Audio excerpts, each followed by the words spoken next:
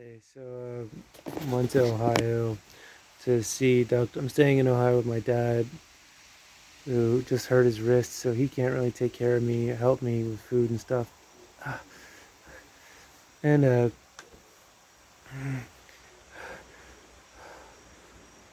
and so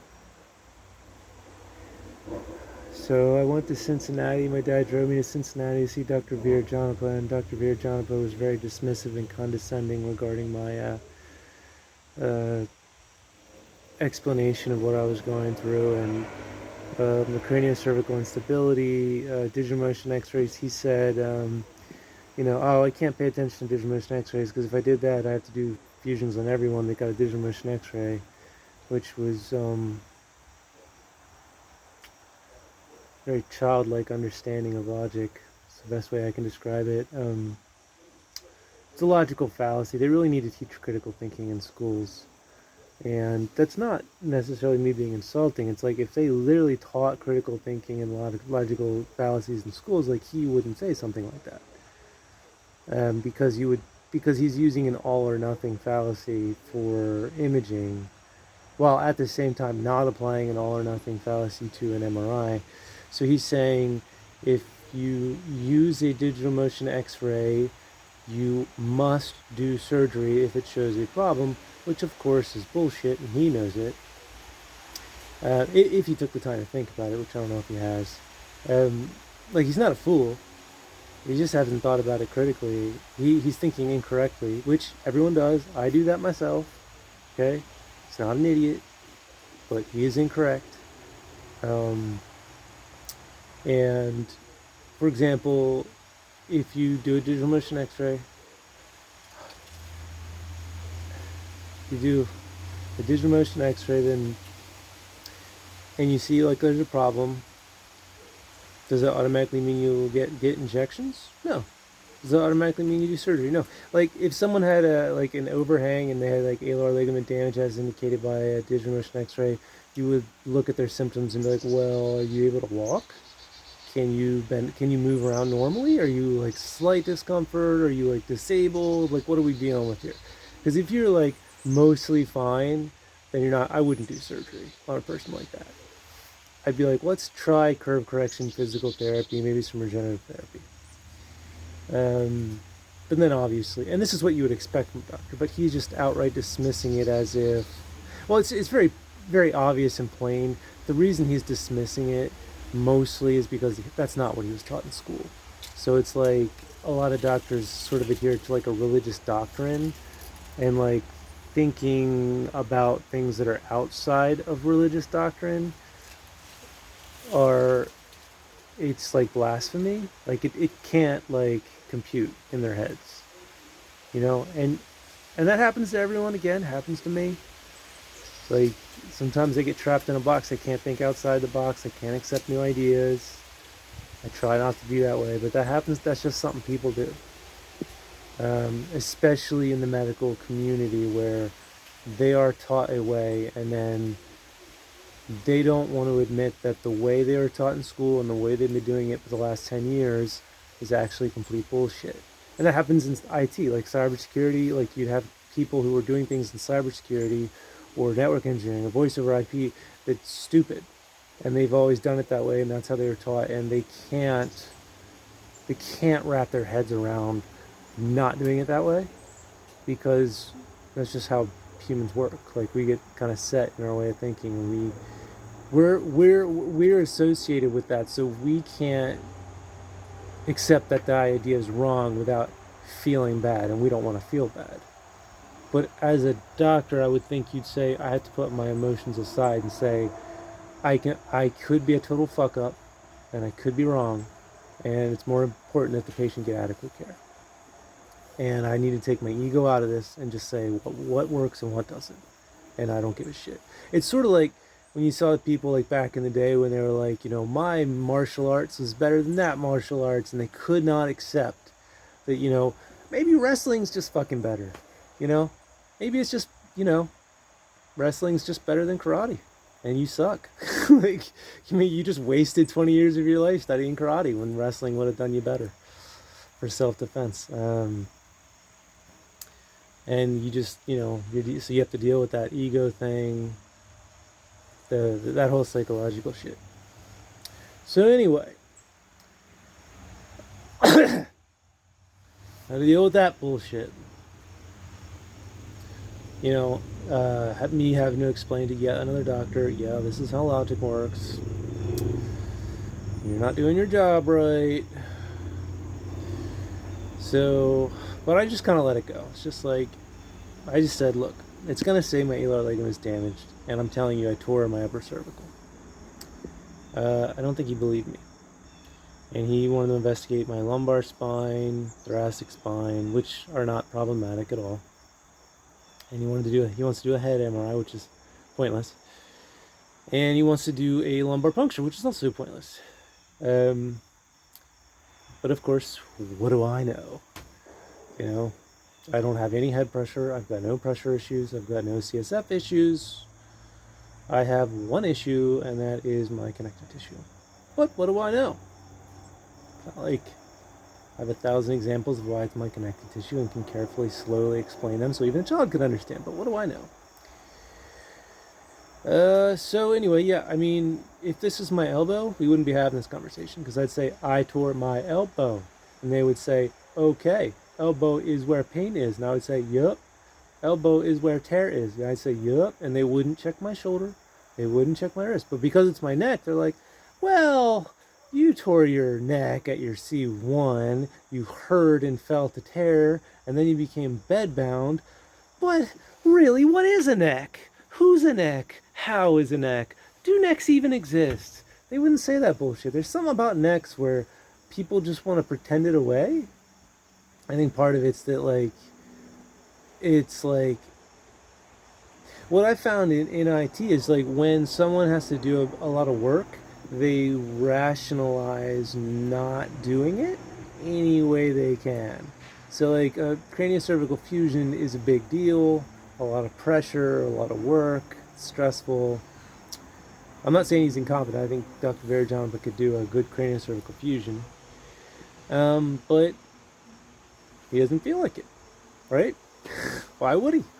So there's that part of psychology you have to deal with, being averse to performing, what's equivalent to, it's major surgery for him. It's a high pressure stakes. He could paralyze me. He could kill me. I'm not saying he can't handle it mentally. I bet he can.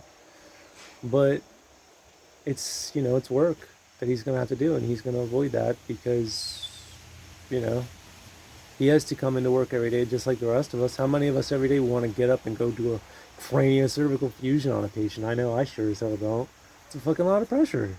You got to be on your fucking A game for that. You can't be screwing up. You can't have, imagine you're a surgeon and you're going to do craniocervical fusion on someone. Are you going to sleep well that night? What if you don't sleep well? What if you mess up? It's no joke being a surgeon working on someone near their brainstem. That's not a fucking joke. That requires a strong individual. And so, you're dealing with that psychological. So they're even unconsciously, they're just going to push back against doing that and try to ignore evidence actively. And really, you got to have outstanding, no, this is the only option is the fusion. And then they'll do it. But for me, being in a gray area, it's kind of if he can find a way to not help me, I don't believe he's going to help me. And he'll pass it off. He doesn't care that I've been in bed for 8 months, really. He would rather not feel uncomfortable doing a fusion, I think. This is my impression. And I'm not saying this just to shit talk a doctor. I'm saying this because this is the shit nobody talks about. This is the real... the reason I make these videos is, I could just talk to my friends and family and whatever and vent. But I would make these videos because... And this actively hurts me talking like this. It hurts my neck. I'm going to have tinnitus worse the rest of the day. I'm going to have pain worse the rest of the day. The reason I do this is because people need to see what it is like accurately. People need to see this is what our medical system is. This is what our doctors are really like. They are not gods. This is what it is like to be a patient with chronic illness. It is worse than death. Sometimes. And in my case, it is. euthanasia would be better. And this is how we are treated. We are gaslit every day by our families and by our friends. We are treated like dirt every day for being chronically ill by our family and by our friends. People make fun of us and tease us and act like we're pussies. And we're the toughest people on the planet. I mean, there's nobody tougher than people that constantly deal with chronic pain and illness so bad that every single day they have to talk themselves out of suicide. Every single day. It's like, how could you be tougher? Like, I look at Navy SEALs and I see what they have to do on a daily basis, and I'm like, oh my god, I'd rather do that. Like, it's like, that just seems easier. And then we get treated like we're pussies by weak people. People who cry when their foot hurts a little bit. You know, it's like, so anyway, I'm making this video so people can just see this is what happens. This is what, you know, life is like. It's not just a whine. Although it is therapeutic to do that, to get it out. Oh, Jesus. So, anywho, that's just going on me. I don't, Dr. Virojanapa ordered these MRIs. Of course, I asked him and his staff if it would be better if I should do an upright MRI for flexion extension versus a prone, and they said it doesn't matter, which is incorrect. Anyone who's an upper cervical specialist who does imaging, like Dr. Rosa in New York, who's an expert on upper cervical imaging, will tell you no, an upright MRI is vastly superior in flexion extension, just simply because of the weight of the head in that position, like because of gravity, whereas if you're prone, there's going to be different forces applied. And you don't really care, like, because when you're prone, you don't really care, like, usually when people are prone, there's less of an issue with flexion extension, like less neurological symptoms, less of a problem,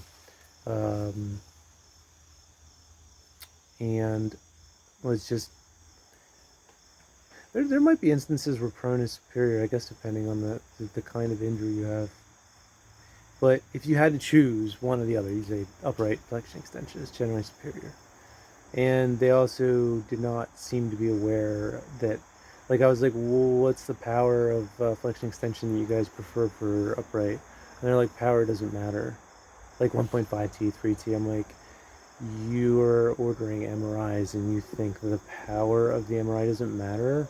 Like, okay, here's something you can think about. And I wish people could think. So if you had a camera and let's say you're bird watching, and a digital camera, and your digital camera was 1 megapixel, and then you had a digital camera that was 20 megapixels, would you say that those are the same quality? I would hope the answer would be no. And it's basically equivalent for an MRI. Like, if you look at a 1.5T MRI versus a 9T MRI, which 9Ts aren't like commonly used. Fuck. Oh my god. SGM's really hurt from like having to like hold my head up when I talk. Ugh. So you would look at the image and you'd be like, oh, one is very clear and the other one is you can't see any details at all. So when people say, hey, Dr. Virojanapa, you know, he knows stuff about, you know, upper cervical problems, and then I talk to him and his staff, and these are the responses I get. I'm like, oh yeah, they don't know like a lot. And that's very concerning to me, because like you could just Google it for like 30 seconds and you could see image searches of like, here's the image quality of like a higher powered MRI, and it's like, this is your literal job and you don't know this. So yeah, these people are in charge of my health and they're clueless. So yeah, that's Dr. Virojanapa experience for you. Yeah, that's special. And I talked with Dr. Rose's office and got a better set of instructions for an upright MRI, and I said, I called them and said, hey, can you have Dr. Virojanapa order this? And they're like, no, like he knows what to do. And I'm like, well, that's the thing. Like this guy, like Dr. Rosa knows better than Dr. Virojanapa on upright imaging, because that's literally all he does. All day, that's all he does. Is upright imaging with a focus on capturing problems with cerebrospinal fluid, structures of the head related to flexion extension, related to upper cervical instability, related to connective tissue problems of the neck. And he is going to be vastly superior to Dr. Virojanapa. Doesn't mean Dr. Virojanapa is a fool at all. Like, he could, if Dr. Virojanapa went to Dr. Rose and said, hey, can you show me what you're doing? He'd pick up on it. He'd do it just as well, and probably improve upon it, because he's sharp and he's younger. But fact remains, Dr. Rose is better. And I call and I try to get these specs and get him to order it. And they're like, no. Like, this guy's, I'm like, it's hard to explain to people that, like, doctors are just people. Like, they're not gods. And I don't know. I just feel like there's this whole religious thing. Like, the priest knows all. Never question the priest. They know, they have a direct connection to God. And it's like, no. Now, I'm pretty sure if your priest actually told you, yeah, I literally talked to God, you'd be like, okay, you're crazy. But they believe it. So, yeah. So, yep, that's the old experience. He's probably not going to do jack and or shit for me. I have to wait a month to get the MRIs, and then when I do, I'll probably have to wait a month to go talk about the MRIs. And then I was like, well, I don't know, man. It's just not bad enough to do surgery. We're just going to let you stay in bed for the rest of your life, and you hope you get fucked. And I think when that happens, I'm going to apply for Dignitas euthanasia, just because I can't take it anymore. Like, doctors would rather not help me because they're like, well, if I help you and you get worse, that'd be bad. I'm like, my life's already worse than death. So, kind of like, if there was a button that said 50-50, fix me, live or die, I would press it right now, no hesitation. I'd slam the fuck out of that button. Because this is hell. So, but these doctors, they don't understand what pain is. They don't understand chronic illness.